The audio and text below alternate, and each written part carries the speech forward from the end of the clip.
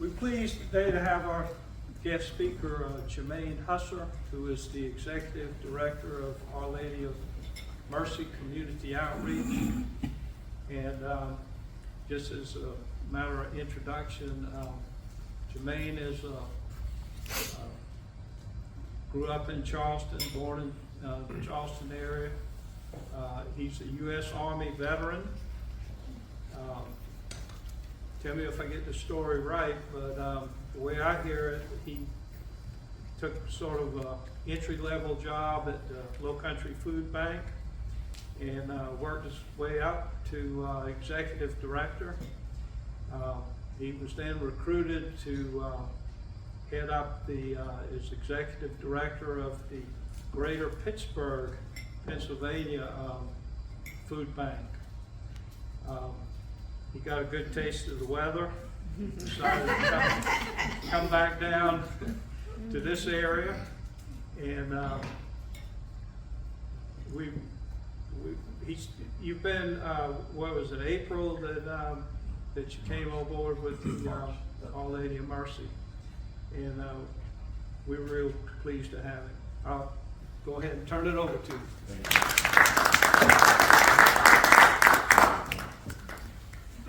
Good afternoon, everybody. Oh my God, I know you've already eaten, yes. It's great to see you all, and I know in the hour that I have with you all, that caught you, huh, Dan? You're paying attention.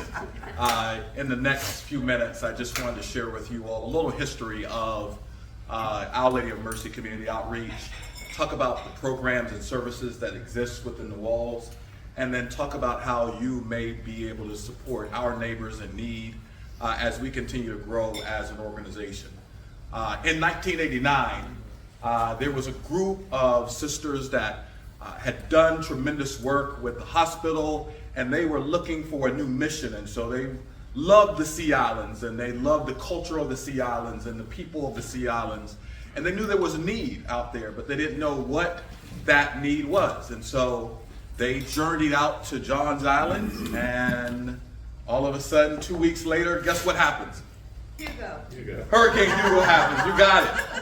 A major disaster comes through and sweeps through the Sea Islands and many parts of Charleston that left families devastated.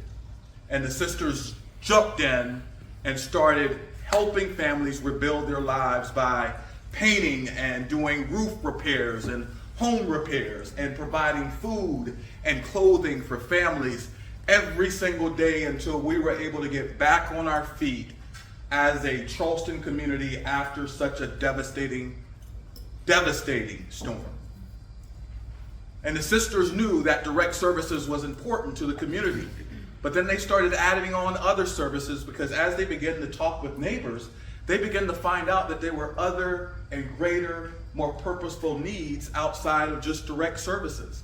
And so they added education programs for Latino Americans, because in John's Island there's a large Latino American population, and so they added English as a second language.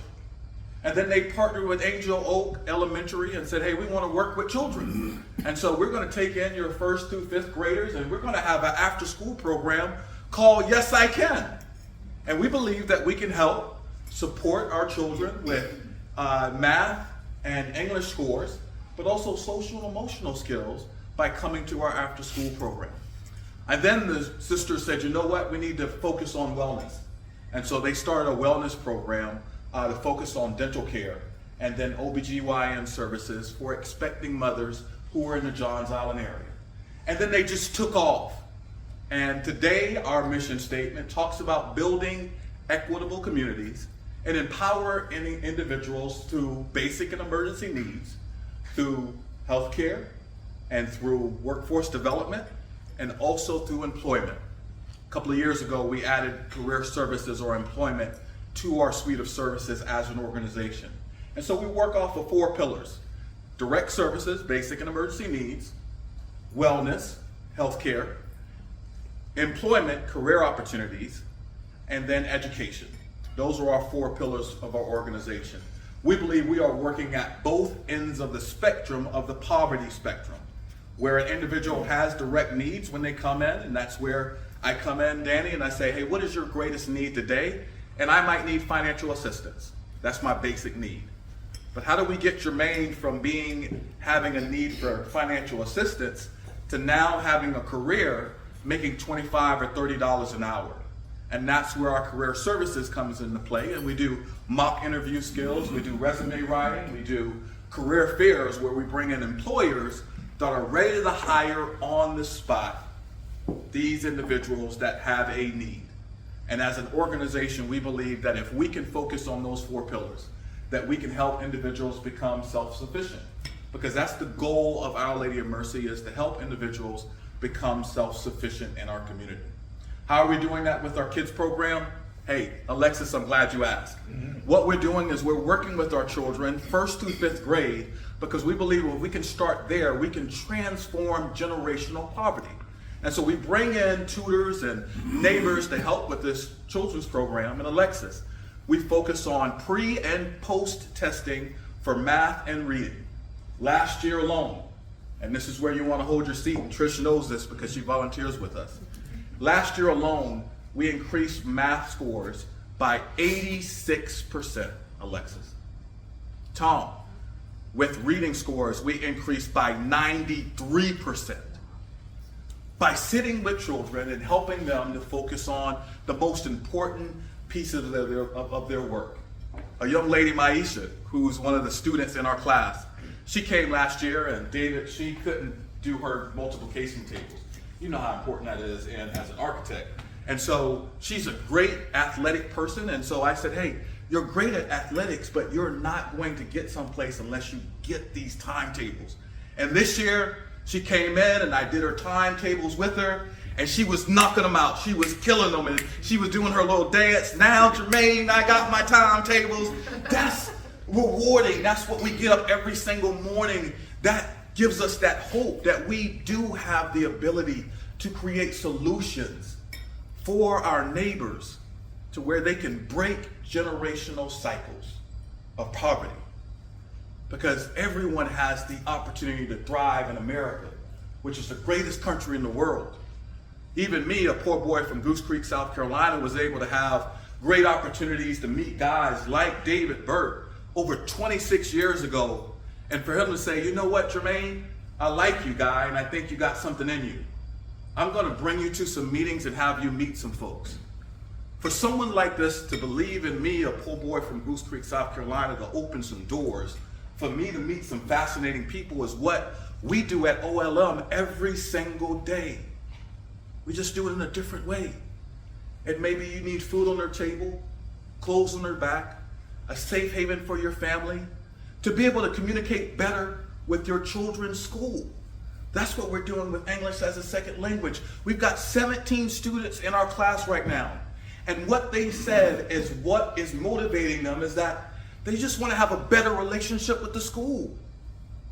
That they want to have a better job opportunity, and so they need to be able to speak clearly to their boss and be able to walk into the office, Tony, and say, hey, I'm ready to work for you and I need a raise, but I'm going to work hard for you. They just want to better communicate to their employer because they know they're here and they want to immerse themselves into our community. And every single day, we as advocates are doing that for our neighbors, but also as community facilitators. For the first time this year, we had a big election in Johns Island. We opened up our facility as a community hub to allow the candidates to come in and debate. But we also allowed the community to come in and ask questions to those candidates because we truly believe we should be building equitable communities from the ground up, from children to older adults. And everybody needs information. And why not let that information flow from a community hub like Our Lady of Mercy that loves our neighbors? Trish is one of our volunteers, as she mentioned it.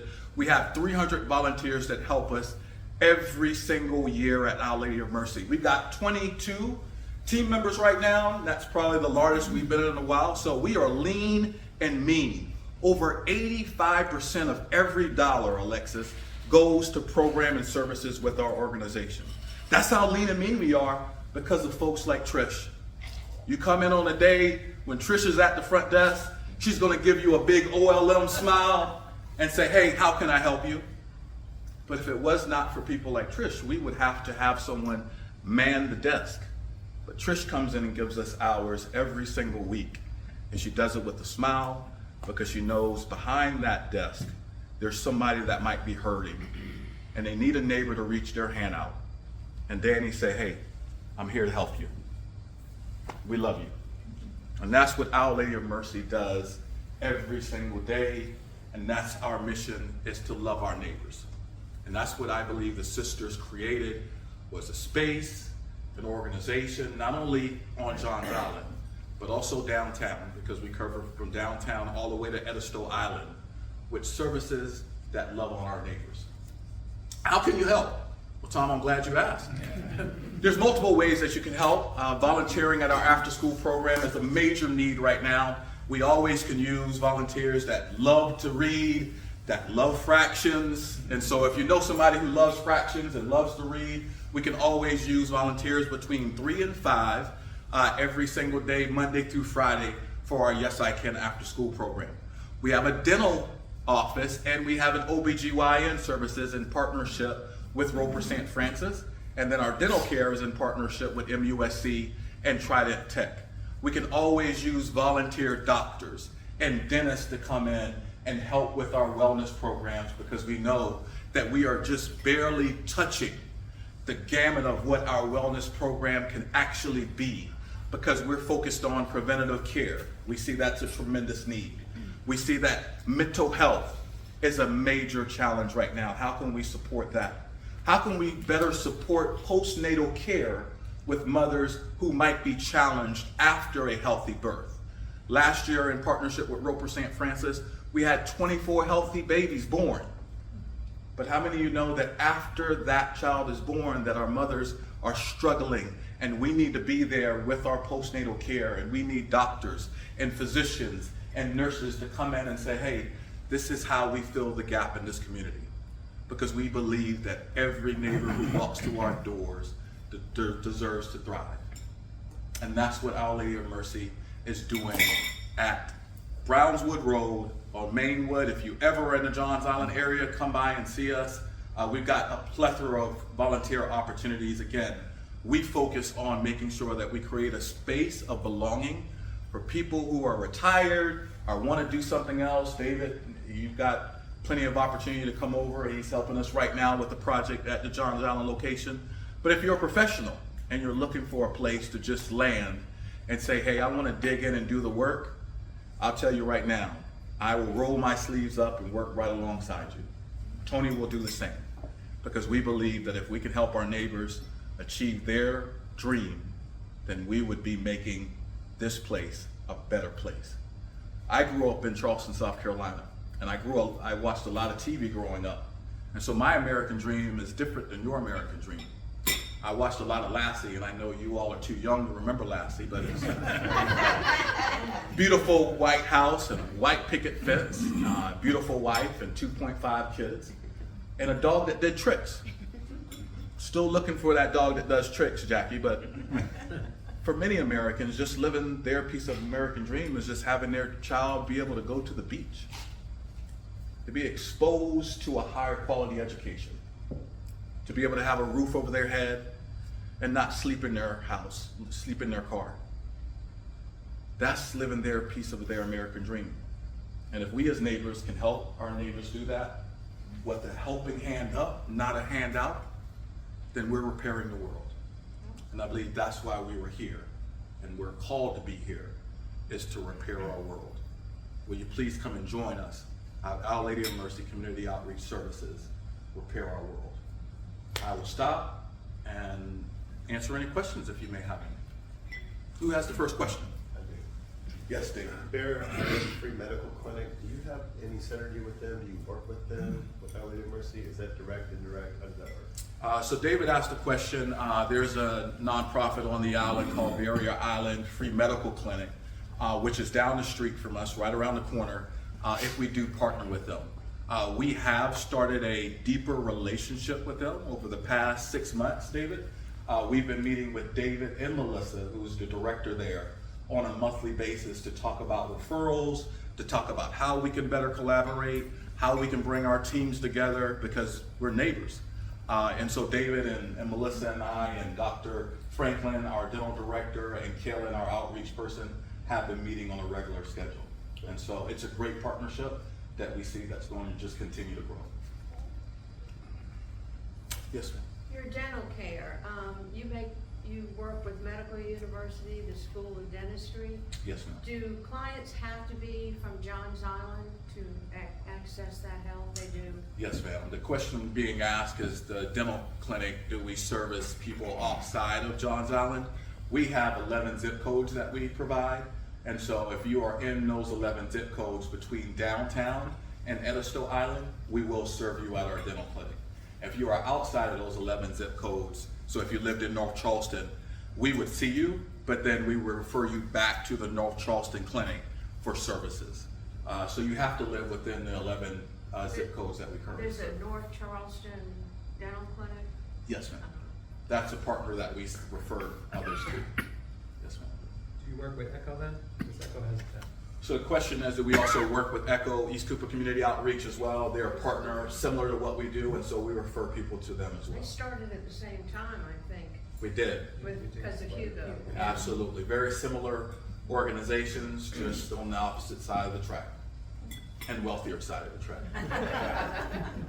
Yes, Jackie? I had a question, Jermaine. Are all the services free, or is any of it like a sliding scale? How are you guys set up? Jackie, you asked a great question. So Jackie asked, are the services that I shared free to our neighbors? Yes, they are 100% free.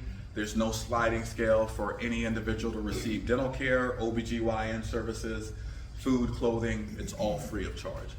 They have to fall within 150% of the poverty limit. We have moved that up because, as you all know, because of inflation, the middle class is being stretched, and so we are even moving up to 250% of poverty level because we're seeing that people who are making $60,000, $70,000 are still not able to make ends meet in our community. But all of our services are free. Yes, Tom. So I am pretty actively involved in your group. I actually taught, my wife and I taught English as a second language a couple of years ago before they changed, staffing got tight and so then they changed the time. We donate lots of clothing and other things to the organization. And I actually met Kaylin 2 weeks ago, and I don't know if he made you aware of it, and I wanted to bring this up because there's a deadline coming up about the educational scholarships that are available for families up to 200% of the poverty level. And He has not, so I'm going to get on him about that. So I put him a flyer 2 weeks in a row, 2 Fridays in a row. Well, he said he was going to send it downtown to the social services. Okay. So he got till March 15th. There's 5,000 scholarships available for low-income families Okay. for school choice. And then you can use those at Catholic schools. They can use those Oh, as wow. Catholic schools. Okay. If they're coming So from a check with public school. Kaylin. I was gonna say I'm they're sorry. Sorry, I was just saying if they're coming. So I met Kaylin twice. Tom McNamara, I walked in and met with Kaylin twice in the last couple Awesome. weeks. Gave him a couple flyers from the website. Awesome. Well, I will follow up with them, and thank you so much, Tom, for being a And partner. and the other piece about the medical part, I can talk to you about that later, but I have actually tried to engage with them regarding volunteering, and it just hasn't, whatever reason, hasn't worked out. But anyway, but I would be possibly interested in doing that, but that just hadn't worked out the times I looked into it, so.